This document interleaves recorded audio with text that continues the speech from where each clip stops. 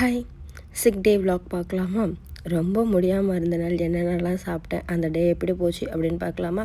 தூங்கி எந்திரிச்சதே ஒரு 12 மணிக்கு தான். அதுக்கடுத்து எனக்கு நல்லா கோல்டு இருக்கனால நல்லா காரசாரமாக சாப்பிடணும்னு தோணுச்சு. வீட்டில் எதுவுமே இல்லை, நூடுல்ஸ் மட்டும்தான் இருந்தது. ஸோ நூடுல்ஸ் மட்டும் கிண்டியே சாப்பிட்டுட்டு அப்படியே டிவி பார்த்து என்ஜாய் பண்ணிட்டு இருந்தேன்.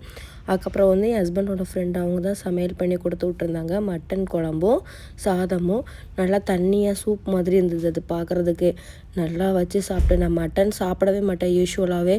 ஆனால் அன்றைக்கி நல்லா சாப்பிட்டேன். காரசாரமாக இருந்துச்சு. எனக்கு நாக்கெல்லாமே அப்படி தான் இருந்துச்சு.